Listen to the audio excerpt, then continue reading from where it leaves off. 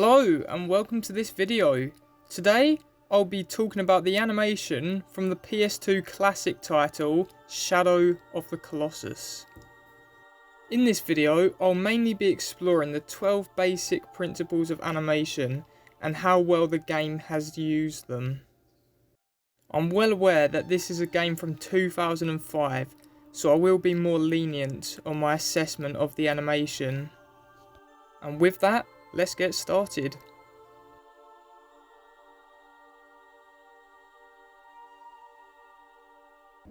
Firstly, I want to start off with the walk and run cycle of the protagonist Wanda.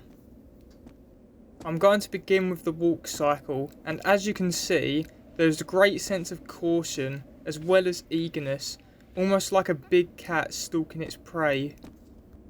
The timing between the contact points may be slow, but not to the point of being sluggish. We shift our attention to the arms of the cycle. You may notice that they, like the legs, move very subtly.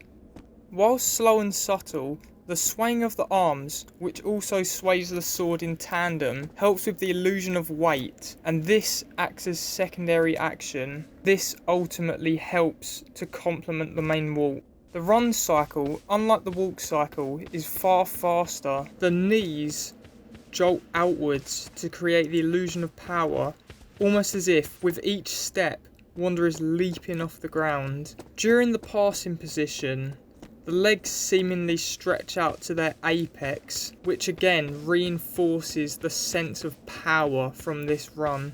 Unlike the legs, the arms seem to take on a more limp approach.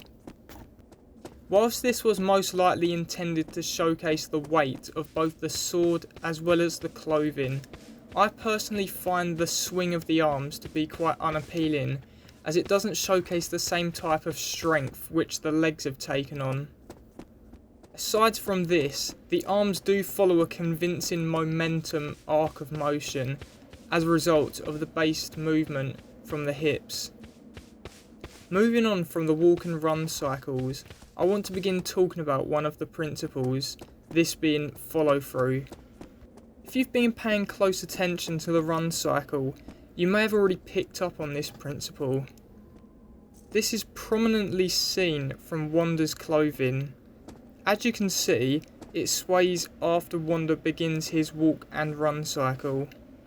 As well as this, follow through can also be prominently seen from the horse aggro. As it moves, notice that its hair sways as a result of drag. The effects of overlapping action have been effectively used here.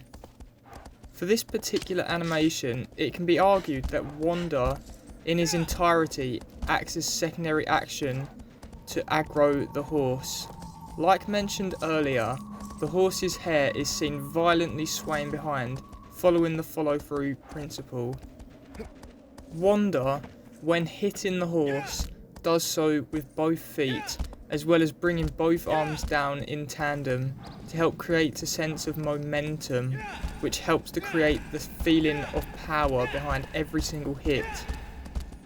I would also like to talk about the camera during the horse riding animation. As you first mount the horse, the camera starts in the centre, but then quickly peers left, leaving you and the horse to the far right of the frame. And then as you begin to ride in a single direction, the camera once again zooms out slightly, making the pair even smaller and desolate. This clever usage of staging helps to metaphorically represent the idea of isolation and loneliness. In this example of mounting the horse, the principle of squash and stretch have been subtly used on the arms of our protagonist. The limbs stretch out slightly to grab onto the saddle and then squash when pulling up Wanda to help support the illusion of weight. The action completes with the arms once again stretching whilst returning to their initial size. With the descent, notice how the right leg swings over at a fast pace. This action helps us to see the momentum from the shift of weight which is necessary to descend from the horse. Like earlier, you may once again notice that the light cloth experiences follow through due to it being a lighter material.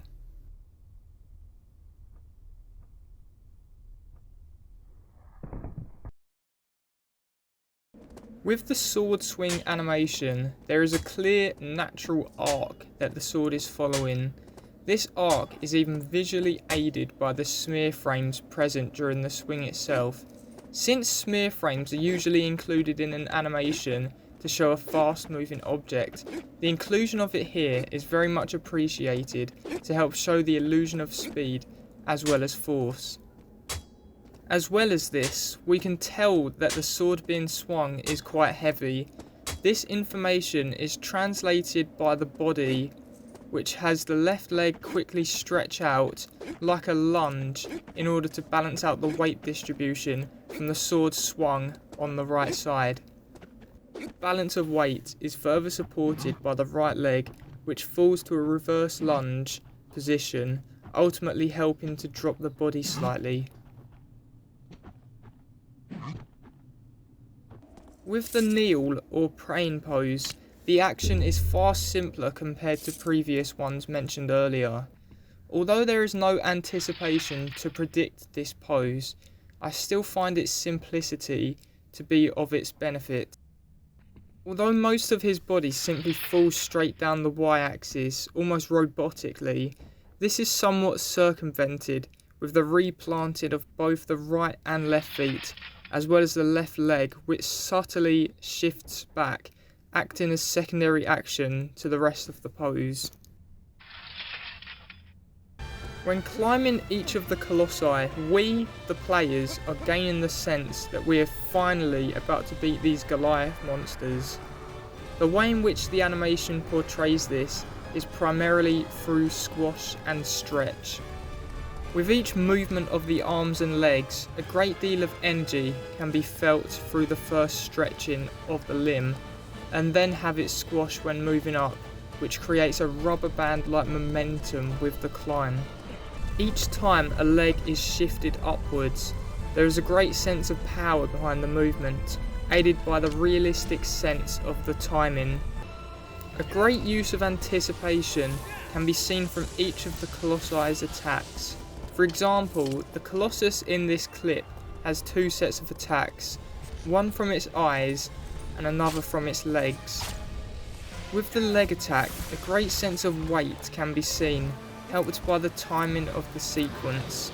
The leg somewhat slows in and then speeds up as gravity does its job. Given the video game nature of this, it is entirely necessary to apply anticipation behind each attack in order to properly telegraph the hits and not make it seem unfair. Regardless of this, with the context of the action in mind, that being a giant trying to hit a small target, the predictable attack does seem completely justified to me. Next up, we have the dive roll. Whilst as an action on its own, I find the movement of weight to be fairly convincing, if perhaps slightly arcadey in how fast it performs. Despite this praise, however, there is no anticipation at all from this action. Wanda simply goes from an upright position to a dive roll without any in-between or any sense of anticipation to preemptively spot the action about to take place. Therefore, if you were to blink, it's entirely possible that you'd miss the entire first portion of this action. During the opening sequence of each boss fight, the Colossi is reanimated or woken up after a supposed long time. With this information, the slow-in as each Colossi begin to wake up, paired with a general slow pacing as it gets going, helps to create the sense of an ancient beast being rudely awoken. Another point to make is that during each cutscene, the Colossi is seen centre of the frame, unlike Wanda, who is generally positioned to the right side of the frame. This staging of the Colossi helps to create a general focus for the player, as well as to create a level of importance for the Colossi, and that it should be feared.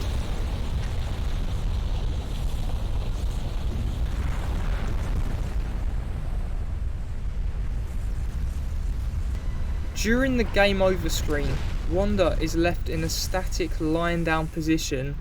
The use of follow through from his lower clothing piece can be seen, which helps to show that a powerful force has halted our protagonist, with the lighter clothing following along with momentum. One thing that I would argue that seems weak with the animation is that the body seemingly breaks abruptly like a car into a still position. Given the clip shown here, surely being rammed into by a 40-foot long snake monster would launch Wanda back several dozen feet, ragdolling once connecting against the ground. It could be because the ragdoll physics was still in their infancy in 2005, but regardless of that factor, I still personally find this game over animation sequence to be quite weak in comparison to other pieces of animation in this game. Anticipation, if you may have noticed, has been quite a common talking point when discussing the principles used in this game. This can clearly be seen from the jump animation, which has our characters squat down before then quickly springing upwards vertically. As well as that, the character, towards the end of the jump, experiences an extent of follow-through seen as he lands. After landing, his arms fall slower compared to the rest of his body. During a similar action, the jumping sword swing, our character has far fewer frames to work with, given the timing of the jump action in itself to be quite fast. As a result, the landing sequence is greatly disrupted, spoiling the immersion that was otherwise very well crafted in the initial action. Take the sword for example. Notice how it shifts from right to left in an instant.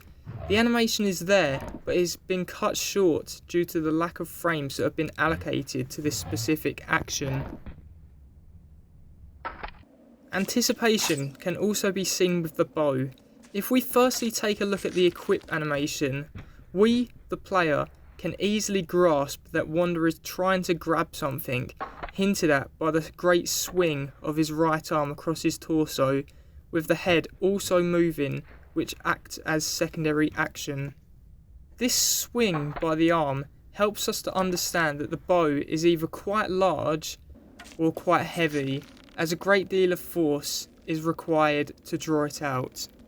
As well as this, the wind-up of the bow string has been animated in a way that shows us that Wanda is a confident and experienced archer. His arm almost mechanically winds back the string in a straight, arcless way that would otherwise seem stiff or robotic, but in the context of this action, it would make more sense.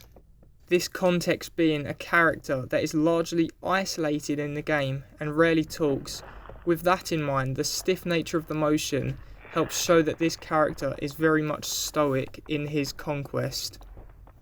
Another major use of anticipation can be seen from the sword jabs, which tend to be used when defeating the many Colossi. As a result of this action's overall importance to the game, as they're almost solely responsible for tackling each Colossus, this animation has to be very well crafted at showcasing the power of the jab, which is mainly supported by the principle of anticipation.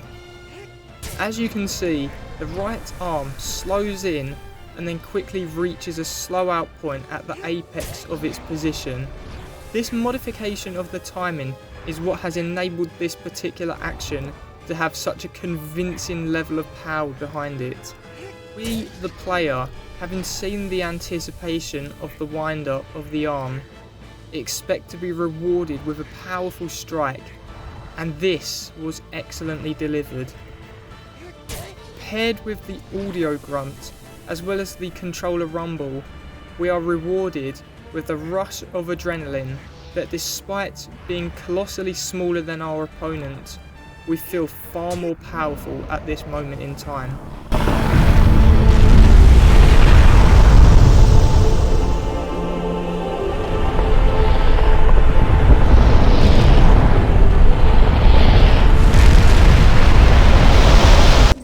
Well, there you go. That was Shadow of the Colossus and its animation. Overall, I'd say that this PS2 classic, despite showing its age in the animation department in certain smaller instances, I still feel as if it holds up well in 2021, even 16 years after its release.